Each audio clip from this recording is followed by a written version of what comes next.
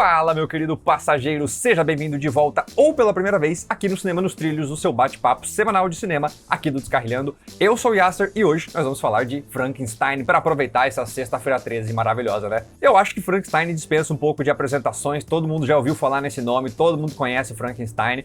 E talvez você já tenha até assistido aí o filme do Del Toro, porque Del Toro sempre chama a atenção das pessoas e tá sempre fazendo filme de monstros, né? E Frankenstein já tá sendo adaptado pro cinema por aí há mais de 100 anos. E como o Oscar tá chegando e esse filme foi indicado em algumas categorias, eu acho legal trazer aqui pra gente discutir um pouquinho. Porque assim, eu confesso que eu acho que eu não assisti nada especificamente adaptado de Frankenstein, então talvez esse seja o primeiro filme que eu de fato sentei a assistir Frankenstein. Bom, o filme acompanha o nosso querido cientista maluco chamado Victor Frankenstein, que ele decide desafiar as leis da natureza e trazer algo de volta à vida. Ele quer criar vida, né? Ele quer desafiar a morte e, portanto, ele começa a pegar vários pedaços de corpos de outras pessoas e juntar e depois tentar trazer esse corpo de volta à vida. E ele, de fato, consegue fazer isso e ele cria a chamada criatura que no filme não é dado esse nome, mas a gente conhece, né, ao longo da história como Frankenstein. E a gente acompanha a jornada dessa criatura aprendendo sobre o mundo, tentando entender quem ela é e o que ela faz e o desenvolvimento da relação dela com o próprio criador.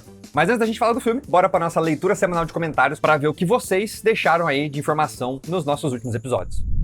E no nosso episódio de Olhos Bem Fechados, o Joneba disse o seguinte: a Alice era membro do culto pelo sonho e a forma natural quando ela vê a máscara na cama. Eu até respondi ele que essa é uma perspectiva que eu nunca tinha pensado e eu acho que faz até sentido, né? Eu não sei se é realmente isso que o Kubrick pensou, mas faz sentido que quando ela encontra a máscara na cama, ela não fica se questionando, ela não pergunta nada pra ele, ela não acha super estranho aquilo ter acontecido. Então faz sentido que a Alice seja alguém que faz parte do culto e tenha visto o marido dela invadindo aquele lugar, né? O que faz todo sentido, inclusive, com os sonhos que ela tem naquele filme. Então, essa é uma perspectiva interessantíssima que eu não tinha cogitado e o Joneba trouxe aqui pra gente, que eu achei muito legal. O próximo comentário é do canal NP1365, que comentou no nosso episódio de O Menino, a Topeira, a Raposa e o Cavalo, que disse o seguinte: não sei por que fiquei tão emocionado. É como se cada personagem vivesse dentro de nós. O que também é uma perspectiva interessante, porque isso é um curta-metragem de 40 minutos e ele é muito emocionante, né, da história desse menininho e desses animais.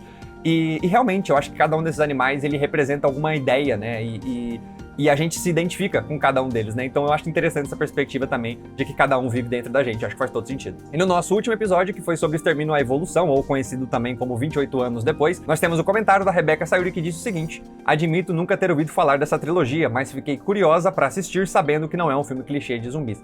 E isso talvez seja uma perspectiva interessante, porque eu vejo pouquíssima gente comentar sobre esse filme, ou pelo menos, assim, pessoas que não estão tão dentro de uma bolha de gostar de cinema, né? Pouca gente conhece esse filme e eu acho o primeiro muito incrível. O segundo ele é um pouco mais esquecível mesmo, e o terceiro eu acho que foi uma continuação bem adequada da trilogia, né, dessa nova trilogia que vai ter, e eu tô curioso pra saber como vão ser os próximos filmes também. Então, obrigado pelo comentário e vai lá assistir, porque vale a pena. Sem mais enrolações, bora falar de Frankenstein. Cara, Frankenstein, ele é um filme incrível. Eu confesso que eu fiquei sabendo, assim, que o Del Toro ia fazer o filme do Frankenstein. Eu vi que lançou, vi que era da Netflix, vi que tinha sido indicado ao Oscar. Mas, assim, eu não tava exatamente super interessado, ou pelo menos, assim, com muita pressa de assistir esse filme. Mas, depois que eu assisti, eu entendi o porquê que ele tem esse hype todo, né? O Del Toro, ele sabe o que ele faz, né? O Del Toro sempre tem esse amor por criaturas, né? E você vê que ele explora isso em todos os filmes. Mas é muito interessante que ele demorou tanto tempo pra fazer o filme do Frankenstein, né? Já que é um filme, um livro, na verdade, que existe há mais de 100 anos. Mas ele fez, nós temos aqui, nós podemos nos deleitar com essa maravilha que ele criou.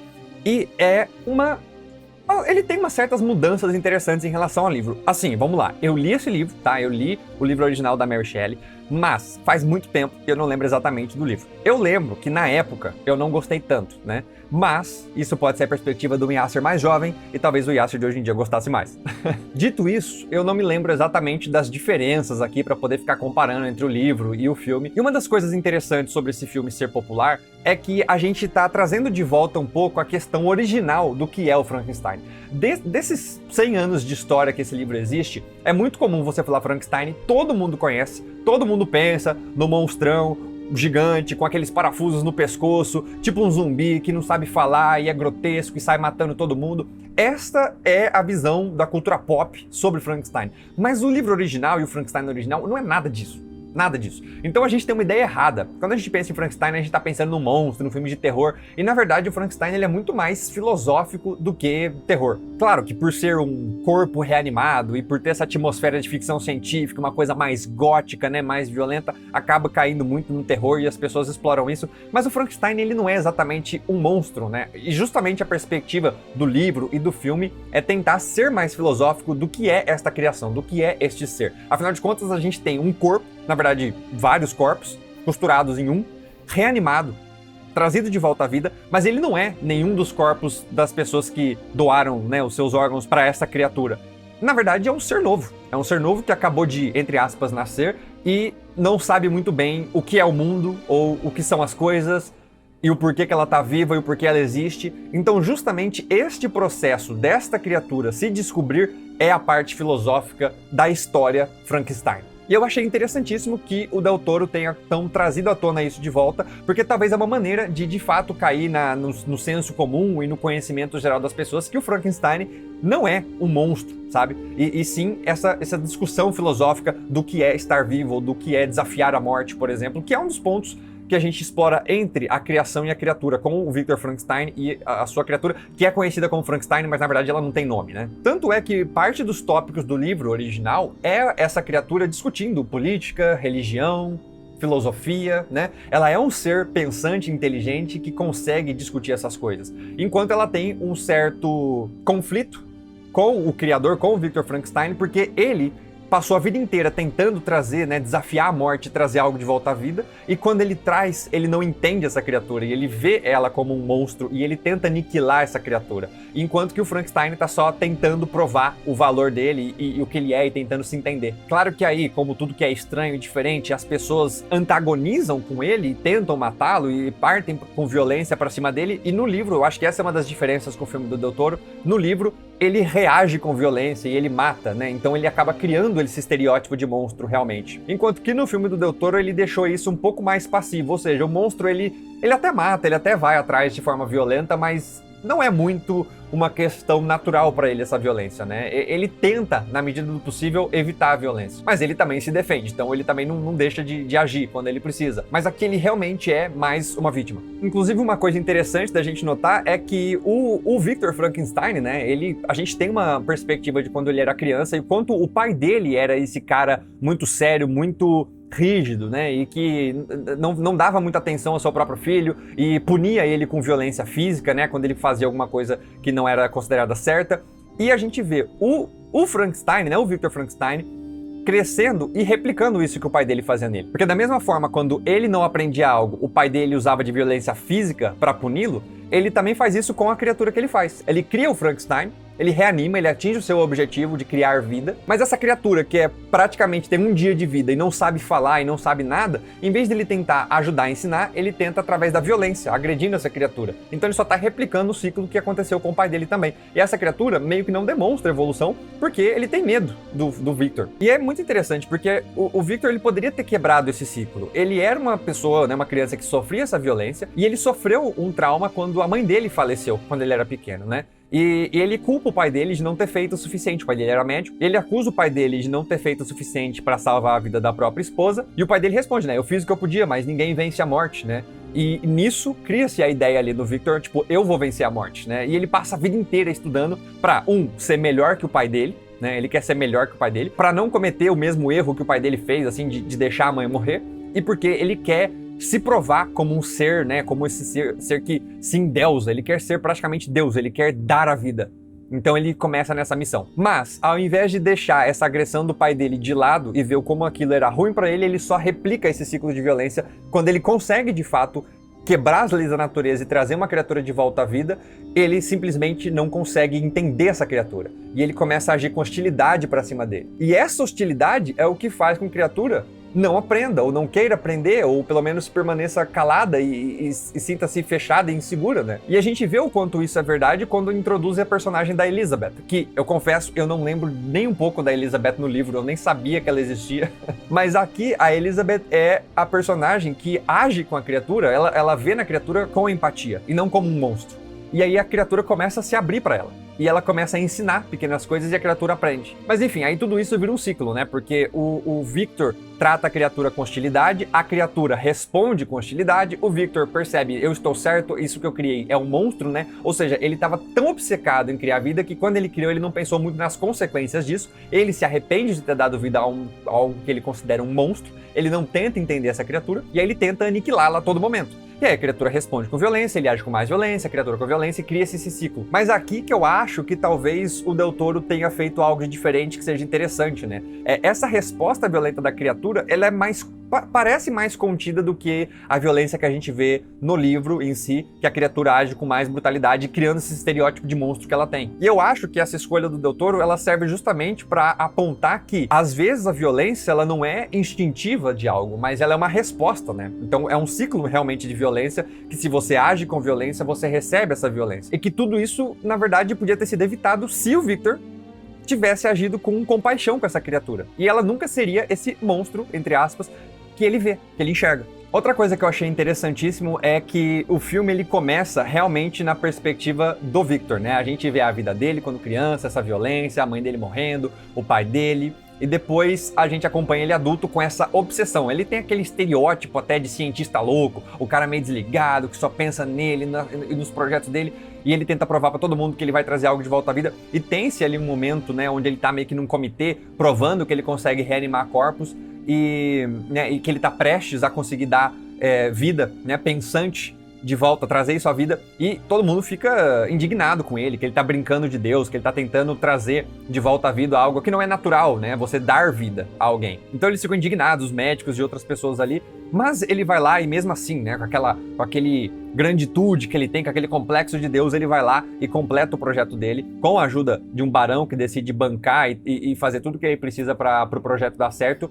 Ele consegue ir lá e trazer, né? E o quanto ele se arrepende. Então, é legal que no começo a gente tem toda essa perspectiva de acompanhar o Victor como um protagonista, nessa obsessão. E aí, inclusive, a gente começa o filme com ele fugindo, ele tá todo acabado lá e uns caras salvam ele. A gente vê o Frankenstein, né? A criatura matando um monte de gente, violenta. Então a gente entra naquele estereótipo do que é o Frankenstein. E depois, numa segunda parte do filme, a gente vê por outra perspectiva. A gente vê a história sendo contada, pela criatura. E é uma história diferente. É aquela questão de toda história tem dois lados, né? A gente tava sempre falando, nossa, o Victor tá certo, ele criou algo que não é natural, é um monstro que tá matando, ele nunca devia ter feito isso. E aí depois a gente vê pelo lado da criatura, né? Do tipo, nossa, ele tava mentindo, né? O Victor Frankenstein tá tão obcecado com isso que ele tá achando que ele, né, é o correto e certo das razões, e a gente vê o outro lado da história. E o quanto a violência e o sofrimento da criatura fez com que ela agisse com violência em reação à tentativa do Victor de acabar com ela. Agora, falando um pouco de elenco também, né? Esse é um elenco de peso. Nós temos o Oscar Isaac como o Victor Frankenstein, nós temos o Jacob Elord, que eu confesso não conhecia antes desse filme, né? Mas eu acho que ele fez a criatura, o Frankenstein, de maneira muito interessante, sabe? Eu não acho que seja um papel fácil fazer um personagem como o Frankenstein, então ele tá de parabéns, eu realmente gostei da interpretação dele. O Oscar Isaac, a gente sabe que ele é muito bom, mas sinceramente eu acho que nesse filme ele não fez nada que me surpreendeu, assim. Ele fez muito bem o papel, mas...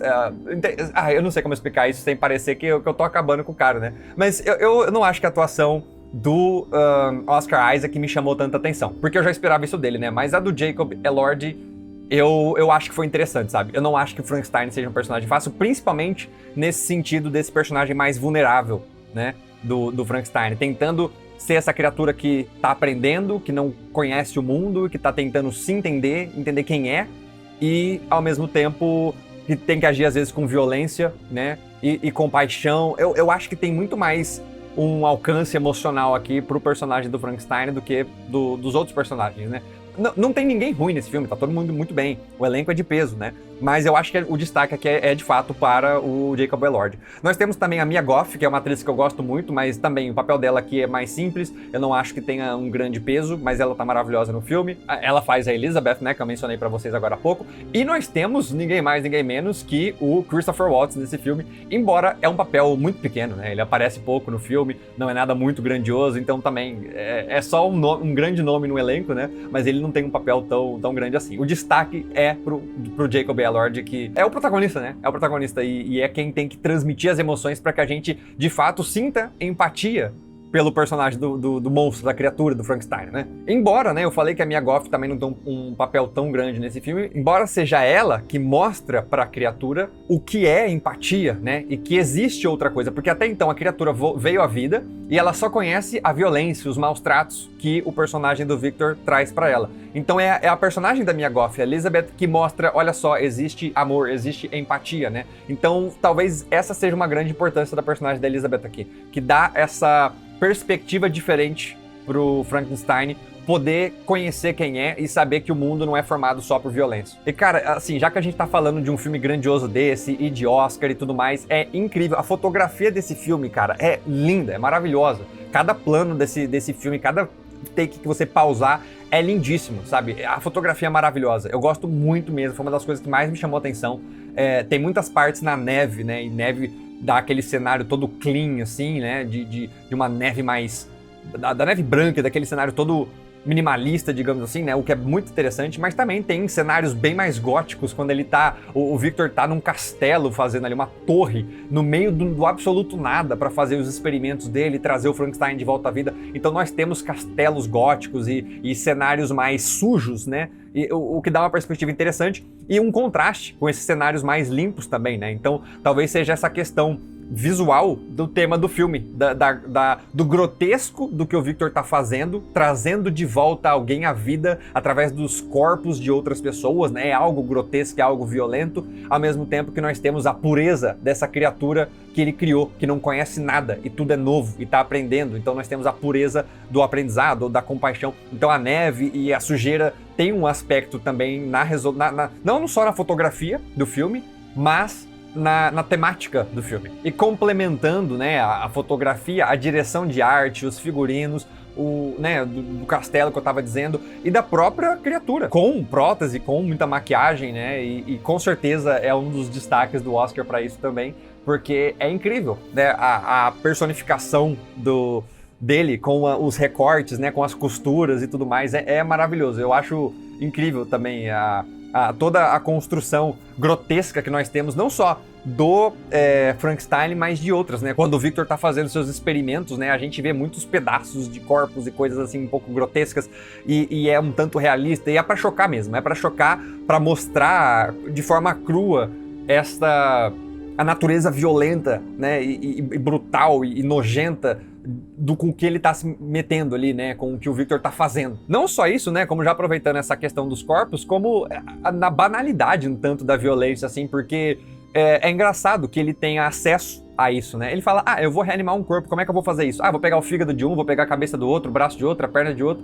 e ele começa a achar esses pedaços e chega até o momento que o barão começa a ajudar ele e ele fala, olha, tá tendo uma guerra lá, a gente pode ir no campo de batalha e pegar os soldados que estão mortos e você vê o que você quer. E aí eles vão lá, tipo, num campo de batalha, simplesmente falar, gostei da perna desse cara, gostei de não sei o quê. E ele começa a pegar esses pedaços de corpo, assim, e trazer, e ele fica com aquilo tudo no laboratório dele, laboratório assim, entre aspas, né? E ele começa a integrar aquilo, né? E o quanto é banal eles estarem simplesmente pegando o corpo de outras pessoas, profanando isso, o que tem a ver com o tema dele estar desafiando a natureza, né? Desafiando a ideia da morte, da finitude, dos ciclos, né? De começo, meio e fim. E ele fala, não, eu quero, não vai ter fim, eu quero trazer de volta a vida, eu quero voltar pro começo, né? E aí você vê o quanto ele chega lá e pega o corpo das pessoas e profana o corpo dessas pessoas para fazer essa criação dele, né? Então talvez tenha um pouco de comentário nisso, assim, do desrespeito aos mortos ou do desafio à natureza, de você querer recomeçar um ciclo que não é você que deveria estar fazendo, sabe? E desafiar a natureza contra algo que não é natural, né? Que é você criar vida, dar a vida. Principalmente dar a vida a corpos e pedaços de corpo que já passaram, que já tiveram o seu fim. Agora, uma das coisas que eu percebi que comentaram sobre esse filme é que ele muda bastante o final do livro, porque aparentemente no livro a discussão ela realmente é mais focada na questão da finitude, né? Que tudo tem então começo, meio e fim, que a morte é natural, que a morte vem para todos e que ele desafiou a morte trazendo essa criatura de volta à vida e o quanto ele é errado por fazer isso, enquanto que no filme eu acho que o Del Toro ele deu uma perspectiva um pouco mais esperançosa, né? Porque ele tem essa discussão de vida e morte, de desafiar a natureza, mas ele meio que acaba com uma ideia de que a criatura ela escolhe viver, ela não deseja morrer para acabar com tudo isso e ela decide continuar, porque ela merece, sabe, viver, ter uma chance de fazer o que ela faz, até porque meio que ela não morre, né?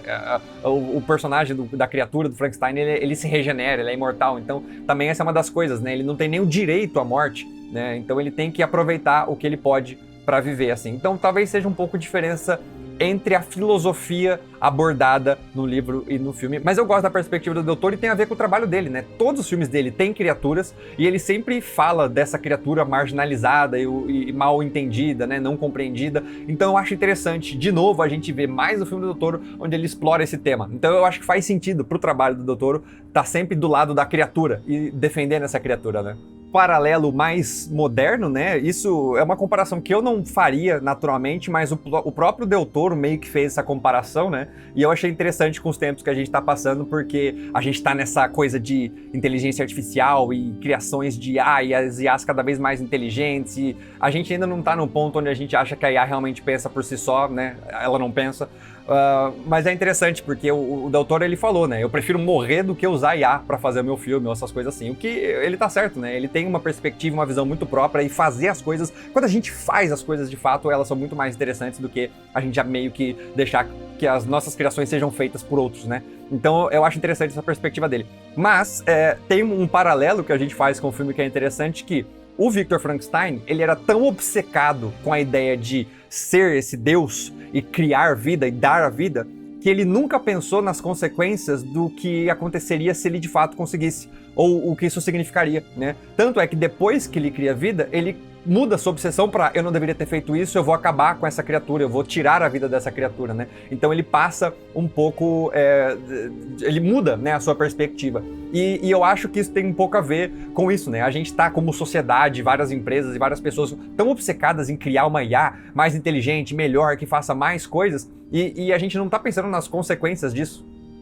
né? O quanto essa IA pode influenciar a nossa capacidade de ser criativo, a nossa capacidade de conseguir fazer funções básicas, né? Então, criar por criar, sem pensar no que isso significa, pode gerar problemas, né? Então é interessante que o próprio Del Toro tenha talvez feito um pouco dessa comparação. Eu sei que isso não é algo que se extrai naturalmente desse filme, né? Tem mais a ver com bastidores do que necessariamente com o filme, mas eu achei interessante essa perspectiva também, né? Dessa obsessão do Frankenstein por criar vida sem pensar no que isso significava, e nessa obsessão de hoje de criar IAs cada vez mais inteligentes sem pensar na consequência e no resultado disso para a sociedade também. E no final do filme do Del Toro, meio que a criatura e o criador se entendem, né? E eles meio que se auto-perdoam e eles param de se perseguir e eles aceitam que eles são criador e criatura, né? Uma relação ali pai e filho. O próprio Victor, ele deixa de ver a criação dele como simplesmente um monstro e passa a ver como algo que ele criou e que tem a capacidade de progredir sem ele, né? Ele aceita isso. E eu acho que isso também é um pouco diferente do livro. Eu acho que o livro ele também tem um final um pouco mais pessimista, né? Assim, então o Del Toro também tentou dar uma visão um pouco mais agradável, né? Um pouco mais esperançosa mesmo. É isso que eu tenho pra falar de Frankenstein. Eu quero saber de você o que vocês acharam do filme e, principalmente, fica aqui a perguntinha da semana, que é o seguinte: você acha que essa versão do Del Toro com o final mais esperançoso é mais interessante? Ou você prefere aquele final um pouco mais filosófico, triste, depressivo do livro? Diz aqui nos comentários e eu posso ler ele no nosso próximo episódio. Se você gostou, deixe um like, dê estrelinhas, ajude esse podcast a chegar a mais gente, manda pra aquele seu amigo que gosta de cinema, que com certeza ele vai encontrar algum episódio aqui do Cinema nos Trilhos ou do Descarrilhando com tantos temas nerds e geeks que eu tenho certeza que alguma coisa você vai gostar. Se inscreva para não perder nenhum episódio ou siga na sua plataforma de podcast favorita. A gente se vê no próximo episódio e fui!